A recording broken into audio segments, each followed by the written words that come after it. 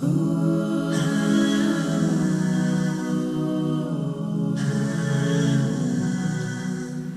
alaikum wa rahmatullahi wa barakatuh. Welcome viewers back to Pathways to Prosperity with me, Ameen Hassen from Standard Bank Shariah Banking, where we talk all things finance. And tonight we're discussing an interesting topic, especially around this timing of Hajj.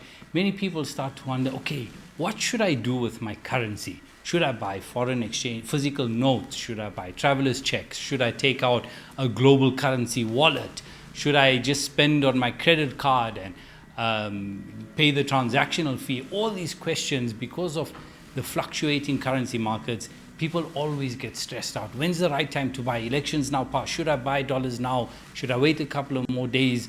All of these questions sometimes fill our minds up. And today what we're going to do is we're going to answer some of these questions with our special guest in studio.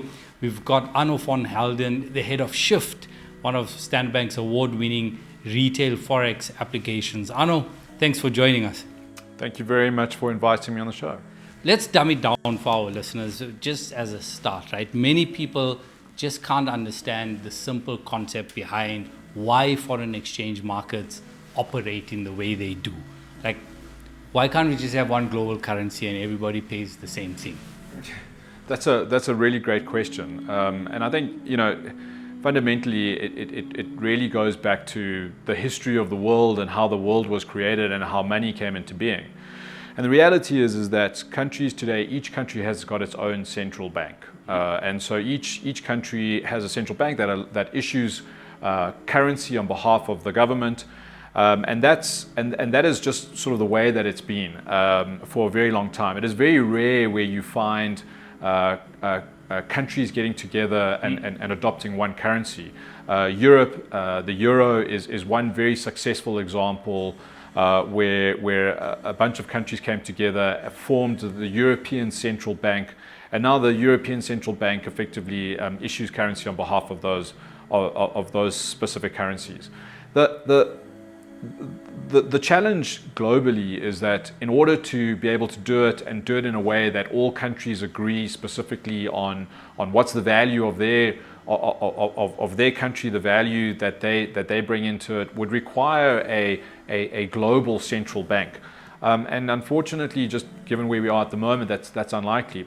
But we do see certain examples of currencies, universal currencies like crypto, Bitcoin coming up, challenging the norm, but those are really infant currencies that are really starting to change the way people think. But by and large, as it stands today, the world is dominated by a few large currencies, and that's unlikely to change in the near future. There's this whole idea of the central banks, the supply and demand of currencies that trigger the pricing, and we operate in this globalized world. What does it mean for a traveler? It can have quite significant meaning for a traveler. Certainly, if you take the context of South Africa, the rand is and historically has been one of the most volatile currencies in the world. So if you're traveling abroad, if you're traveling to the UK or to the US or Saudi, for example, the rand will strengthen and weaken according to certain fundamental principles. And what it means is that one day your trip, your holiday can cost you 10% more or 10% less, depending on what's going on in the world that day.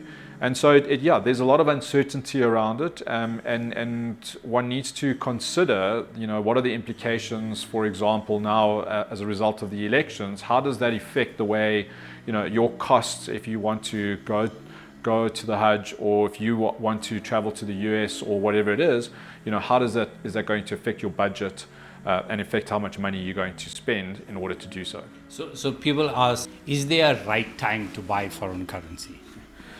I would say that there are better times and worse times to buy foreign currency, but there's no such thing as a right time. I think if we all knew what the right time was, we would probably be making significantly more money than we do right now, because people would always buy at the right time and sell at the right time.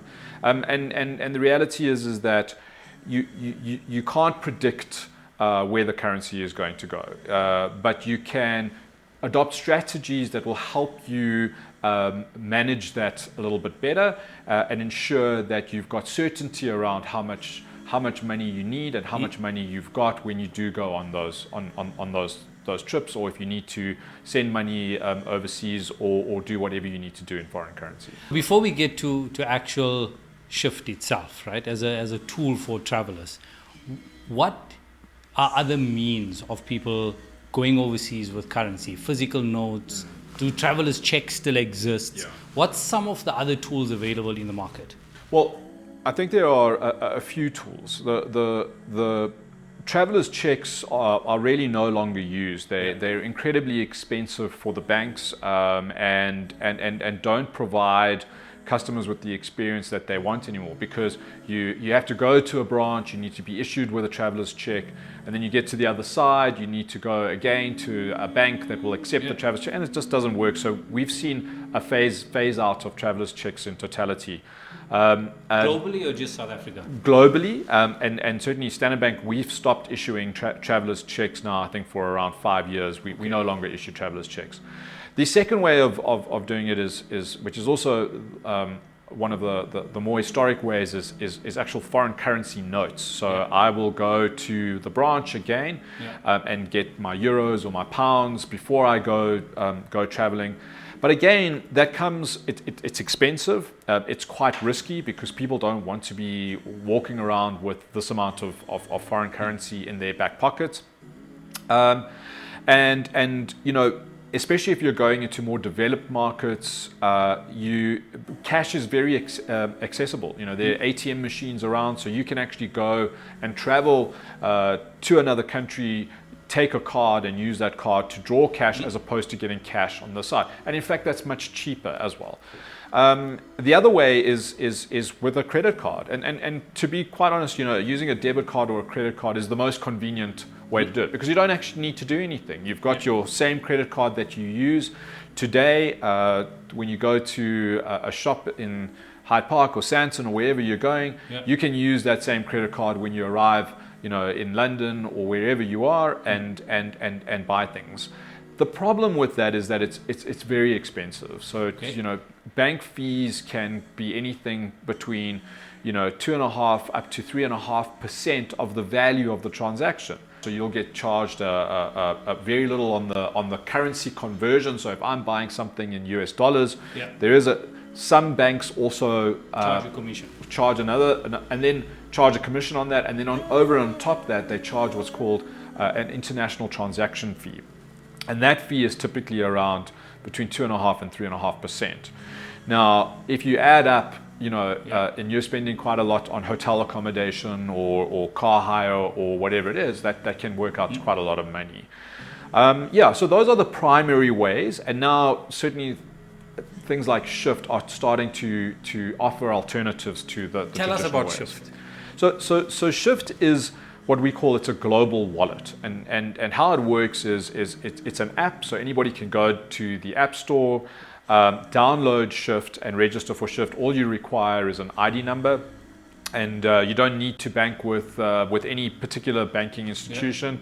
It's available to anybody in the market. They can download Shyft and register for it very simply and very easily. And then what you do is you will then do just a normal EFT of local currency, so rands into it, and then you can buy various different foreign currencies. So today we offer US dollars, euros, pounds, and Australian dollars. You can buy that at the cheapest rates available in South Africa today. We almost guarantee that it is the best, one of the best rates you can get. And then you can store that currency in a wallet as long as you want, indefinitely. You can then either create a virtual card or order a physical card, like a normal MasterCard. Virtual card into Samsung Pay, Apple Pay. So at the moment, we only support Apple Pay. We're busy with Samsung Pay and Google Pay, but only Apple Pay currently. We should have Google Pay and Samsung Pay live in the next couple of months.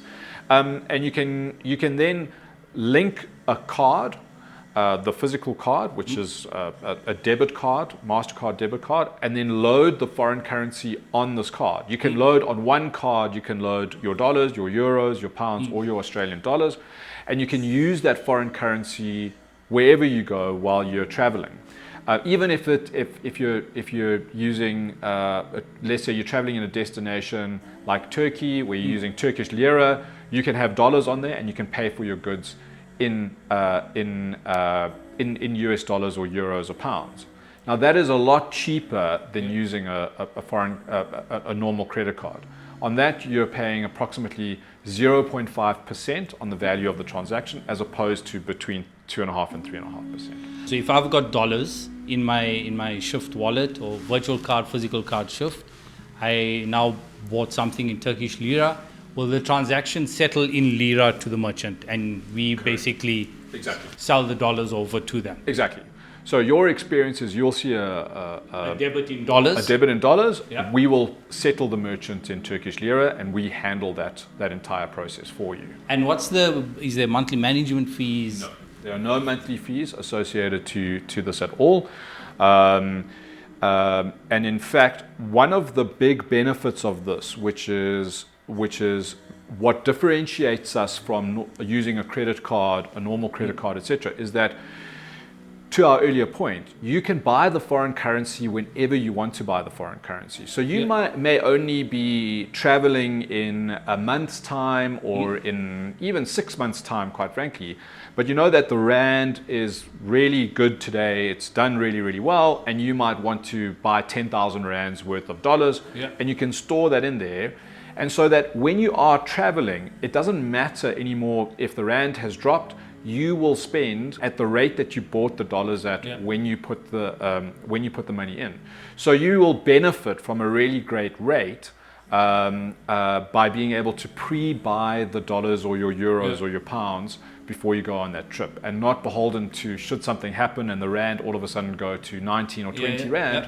Your funds are secured. I know, importantly, we need to tick some reg boxes here, right? Yeah, so can we just clarify to our viewers that this is primarily not a currency trading platform? Absolutely not. It's a wallet, and it's not there to create some form of marketplace for currency trading. No, absolutely. If people want to trade currencies, there are other mechanisms to that. This is not for that. This is a mechanism that allows people to really simply get into foreign currency, store foreign currency for the usage for shopping online, for traveling abroad, for sending money abroad. We have a lot of users that use Shyft to move money into international bank accounts. They might have a bank account in the UK or Europe, and they want to move money in there. They use Shyft for that, and also for investing offshore. So we have share trading capability. So if you want to invest on the London Stock Exchange, you want to buy ETFs or shares, we have the London Stock Exchange, the Frankfurt Stock Exchange, the New York Stock Exchange, and the NASDAQ are all available, and we have over 800 instruments where people can invest directly offshore in offshore assets, such as Amazon, Tesla, whatever you want. Arno, thanks so much for joining us. Viewers, there was Arno von Helden, head of Shyft, an award-winning retail application for foreign currencies from Standard Bank. We've been dumbing down foreign currency specifically in respect of your travel requirements, offshore shopping requirements, and now also offshore investing through one application. Thanks for joining us. We'll catch you on the next episode. Assalamu alaikum wa rahmatullah.